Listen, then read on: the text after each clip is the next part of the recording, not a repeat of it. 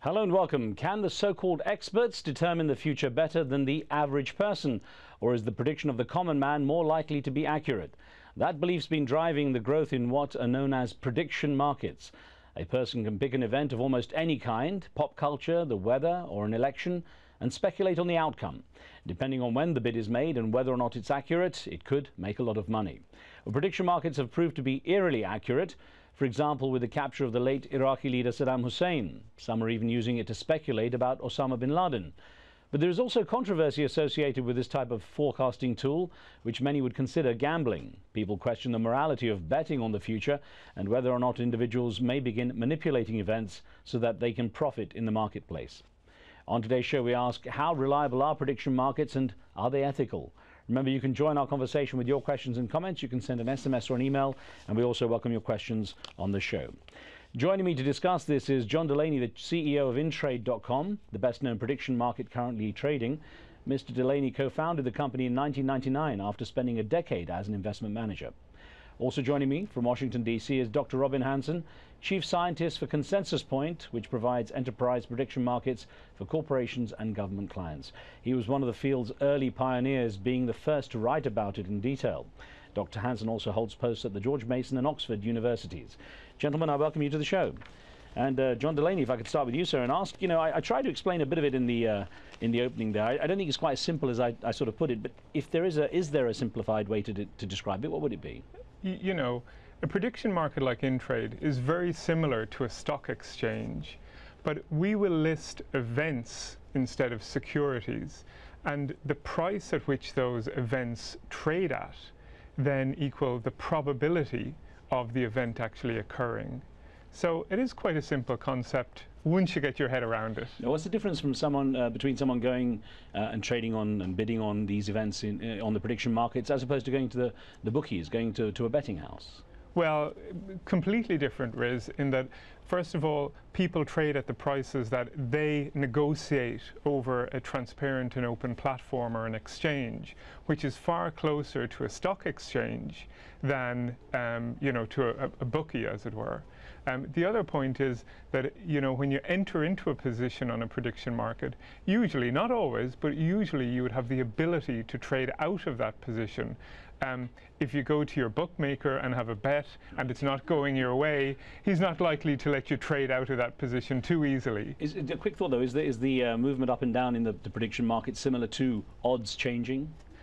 Similar to odds changing, or similar to the price of a security changing, or any asset value going up and down. Well, Dr. Robin Hanson, good to have you with us as well, sir, there from Washington, D.C. And you use prediction markets differently, more in a sort of private setting. Explain to me how that works and really what the differences are from what John Delaney's doing. Well, it's the same mechanism John talked about. There's an asset, and its value represents the probability of some event, and people buy or sell it based on whether they think the event is more or less likely than the current market price. The difference is just in the customer.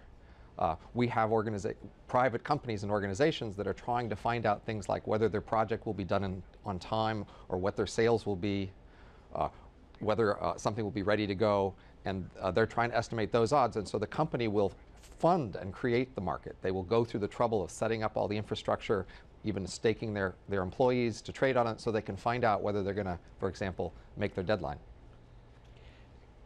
Well, Dr. Hanson, are prediction markets good for pretty much everything, or are there limits, are there trade-offs depending on what you're working with?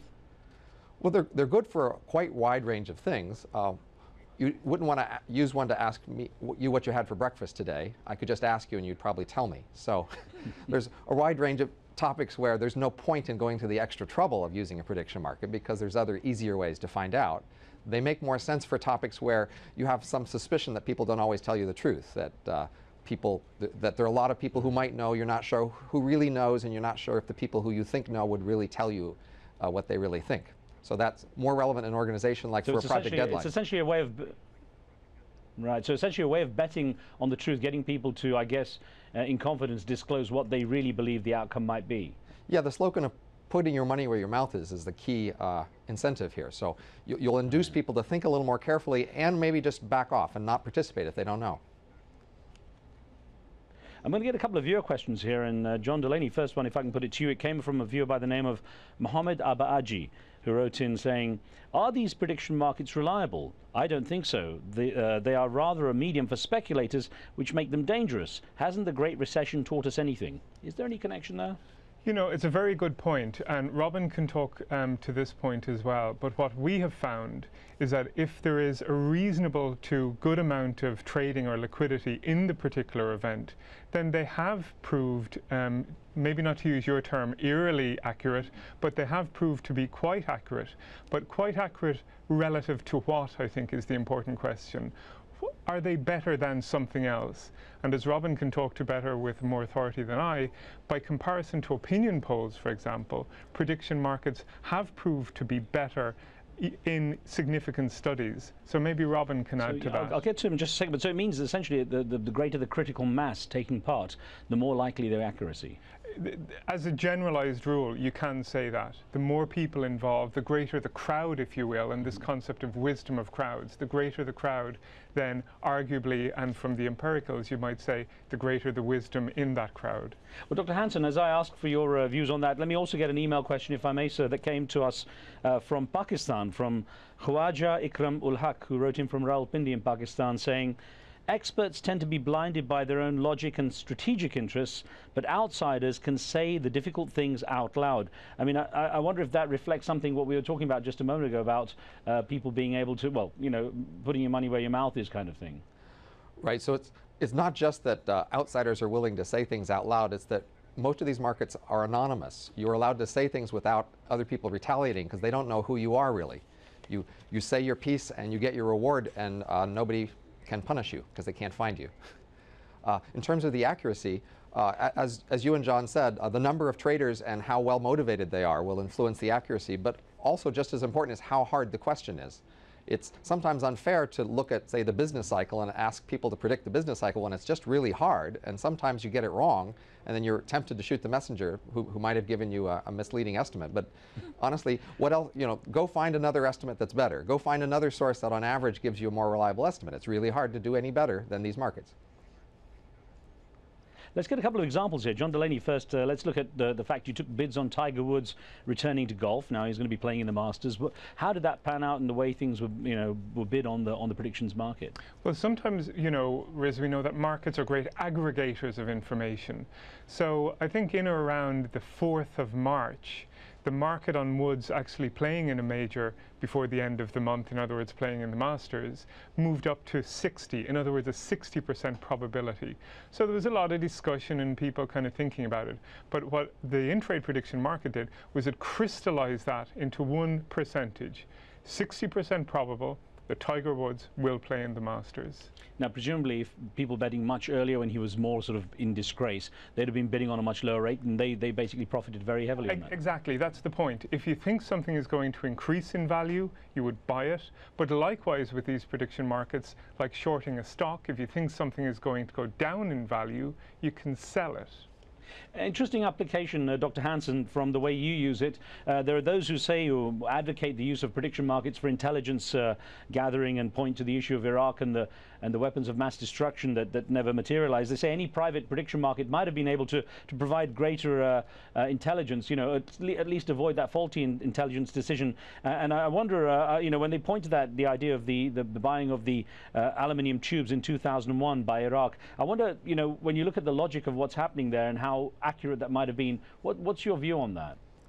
Well, I'm not an intelligence expert, so I don't know what people really knew back then. Obviously, you hear both sides of the story now, that some people say we knew all along one way or we knew all along the other way. If either of those people were right, then a betting market would have told us.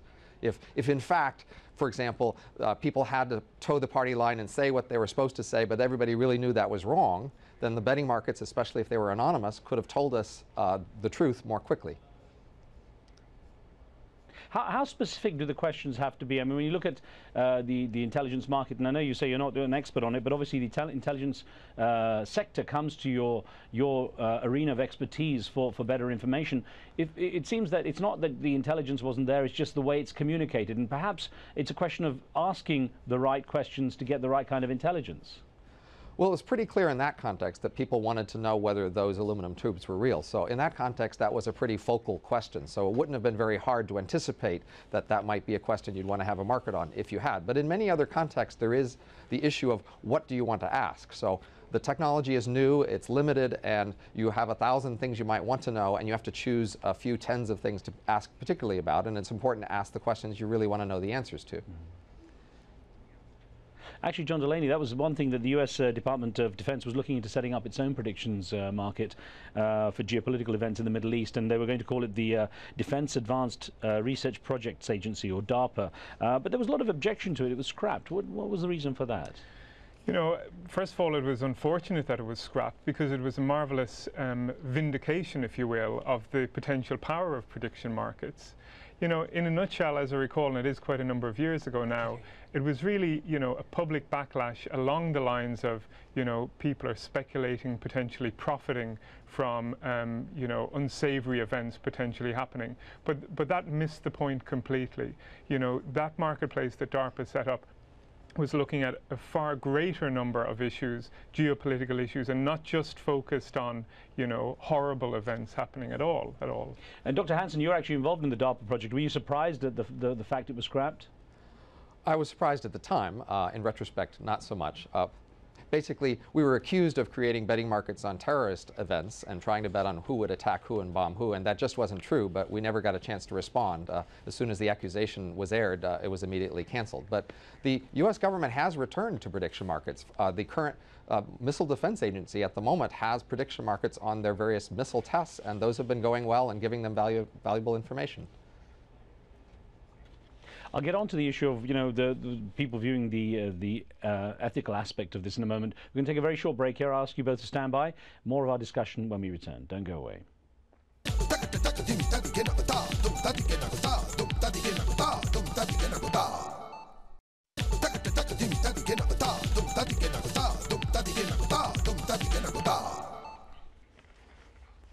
Welcome back. We're looking at the reliability and morality of prediction markets, where a person can pick an event of almost any kind and speculate on its outcome.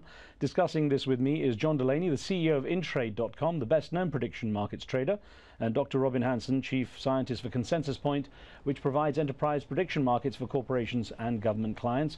As we get back to questions, I'm going to come on this issue of the morality, John Delaney, the people saying, well, isn't this essentially gambling? Aren't you just, you know, as that DARPA project was sort of highlighted, is this not sort of just taking potentially, you know, disastrous events and saying, let's bet on them? Well, no, the events, and we have over 1,000 different events or markets listed on our platform, they're not all about disasters or, you know, unsavory things happening. You know, they're also about where will employment be or unemployment be, where will various different currencies, will particular events or, you know, projects get cancelled, or will they happen on time? So the argument that, you know, you're potentially speculating on, you know, terror and travesties just doesn't hold true. Well, I mean, I was just thinking the fact that they are included in there in some form. For example, you're taking bids right now on Iran conducting a nuclear test, you know, by the end of the year, I think it is. Now, what's the view, if you've had a chance to review that, what's the view, according to the people who are bidding and trading on this, and why ask a question like that? Well, first of all, it has potentially profound economic significance or great significance for people generally. That was a question or an event that was posed by one of our members from over 160 countries that we have members from currently. The market is currently saying it's very unlikely that there will be a nuclear test before the end of the year. I think currently trading at around $1 per share, or in other words, a 10% probability. So that's quite a low probability. Now, I mean, when you put up these questions, where do they come from? I mean, can anyone pretty much put up a question? Well, you know, anybody can suggest a market for us to list. But what's very important is that we define that market as accurately as possible so that there is no ambiguity when people are trading on it. So we would define what we mean to the best of our ability, you know, what a nuclear test would actually entail, or what would it be. Dr. Hansen, I wonder what you see as the potential risks of prediction markets, any risks attached to them, and basically when it comes down to what happens when a prediction fails to register, you know, the predicted outcome.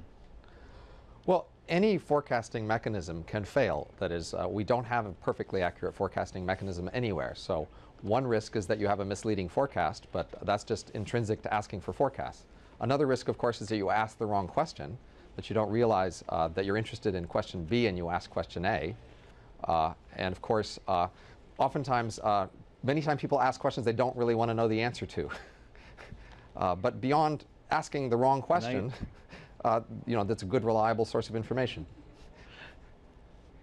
Actually, it's an interesting point you raised. I want to put this to John Delaney, an email that we got from a viewer by the name of Nora Nuria Ismagilova, who says, there are no forecasts which are 100% reliable. I want your opinion on that, but I believe one should look at the assumptions those forecasts are made on. From your experience, what do people mostly bid on? You know, things that really capture the passion of people. So, for example, political events or geopolitical events. The election in the UK is now really starting to capture the imagination of people. So, you know, if you are very interested in something along the lines of the phrase used earlier, put your money where your mouth is, or in other words, put your money where your mind is. If your mind is focused on something, then you may want to exercise that with, you know, a financial commitment. You mentioned the election. Your markets are predicting that the Conservatives are going to win here in the Conservative Party in Britain. Does someone know something that the sort of very divided British public doesn't know? No, I think again it's the point that prediction markets or exchanges, be it the London Stock Exchange or an exchange like Intrade, they aggregate the information that's out there. And what our market is currently saying is that the Conservatives have an 86% probability, of leading the next government. Dr. Hanson, when you look at where all the information comes in for these predictions and for the prediction markets, how do you find it compares, when you look at the sources of information, how does it compare with other forms of polling or forecasting, other predictive methods? Well, in terms of accuracy, these markets consistently beat other mechanisms. They consistently beat polls. Within companies, we often have corporate organizations that are official forecasting organizations, and then we set up a market, and the market beats the official organization forecasting. So they do consistently well in terms of the output. Now, in terms of the input, you were asking about the sources. One of the interesting features of these markets is that you don't know where the information is coming from, and that's, in a sense, it's a feature, not a bug. That is, because you're not showing where the information is coming from, people can feel more honest about saying things they know that might not be comfortable. Now, when John Delaney was saying about the kind of things the average person involved in the prediction markets is bidding on, what about the kind of clients you have who are obviously looking for more specific sectors of information or specific areas of information? For example, the government clients that come to you, what specifically are they looking for? Well, usually an organization wants more accurate estimates on some important topic. Like I said, the Missile Defense Agency wants more accurate estimates about whether they're going to be able to do a missile test. If the missile test fails, they're going to lose a lot of resources that they've allocated to doing that test. A private company like, for example, Best Buy wants to know what their TV sales will be, which kind of models they're going to sell more of. They want to know whether they should bet on, say, HD DVD or Blu-ray when there's a format war. And it's very useful to them to find out ahead of their competitors which way the market's going to go. Now, of course, with the medical world, doctors always say it's patient compliance that's a problem. When they come to you and they get the information that you're talking about, whether it be Best Buy or governments on missile testing, how much do they actually pay attention to the information that gets provided? Well, that's a serious problem in my industry, which is that people often want to go with the wisdom of the crowds and do something interesting and fun, and in the end, when they get some numbers, they're not really sure what to do with it, and they get bored and they go on to something else. So the organizations that have stayed with this and gotten a lot of value out of it are the ones that are willing to ask perhaps the more uncomfortable questions that they really need the answers to. Now, based on what you've said, Dr. Hanson, is it possible that these markets, the prediction markets, could be used to essentially prevent military conflict through the information that they generate, and certainly perhaps avoid issues such as tactical surprise? Well, they're certainly designed to help you avoid surprise. There is the issue of whether your competitors also get the same information. So if there's a kind of information you want to get that you don't want other people to see, then you'll have to restrict who can see and participate in the market. But beyond that, yes, the whole idea is to get information that you might not otherwise get, and to integrate it from a wide range of sources, as John's been emphasizing. So as we know, our intelligence and military organizations are quite diverse and fragmented, and it's often quite difficult to combine their information into some uniform central summary form. And this does a great job of that. Well, it's still an early industry, John, as I was talking with you about this. You know, you've done incredibly well in just over a decade, really, with Intrade. So tempting. And I wonder, when you look at what you do, how do you keep Intrade from being misused and being used to manipulate political events, international events and issues and so on? How do you make sure that it isn't used as the wrong kind of tool? Well, you know, first of all, it's an open marketplace, so people can suggest what is relevant to them. And then so long as it satisfies, you know, a number of pretty strict criteria, we will actually list that event. So it's not for us to opine as to whether something really is right or appropriate, so long as it's not macabre or in bad taste just for that own sake. We make the marketplace open. And then we actually do look at all of the trading that happens over a market, and we look for, you know, specific variances if things look unusual. And then if they are, we'll investigate those. When you talk about the macabre and so on, give me examples of events or, you know, requests that you've had to turn down. Oh, like, you know, the number of people who may be killed in a terrorist bomb or something like that. That's something that we haven't listed or something that we wouldn't list. Are there themes that are particularly popular that you find are very common among people? Yeah, you know, political events are, you know, people are very passionate about their politics, so they will be traded actively. Financial issues and economic issues, you know, last year with the financial crisis, whether there was going to be a global recession or a global depression, that was very actively traded. So whatever is really capturing the imagination or the passion of people, that typically will take a lot of trading. It's a fascinating subject and a young one. I hope we get a chance to revisit it. John Delaney, thank you very much. Dr. Robin Hanson, thank you as well for being with us there in Washington, D.C., sir. And thank you for being with us. Now, remember, you can follow what we're covering on the show and watch previous programs via Facebook. You can also interact with fellow viewers around the world to get their perspective on the topics we cover. On the next show, we look at the debate over nuclear weapons as the US president hosts 46 world leaders in Washington, D.C. to address the global nuclear threat. Some say weapons of mass destruction such as those should be eliminated altogether, while others argue that more nukes, not less, is the only way to have a credible deterrent against war. Make sure you tune in for that. From me and the teams in London and D.C., we'll see you next time.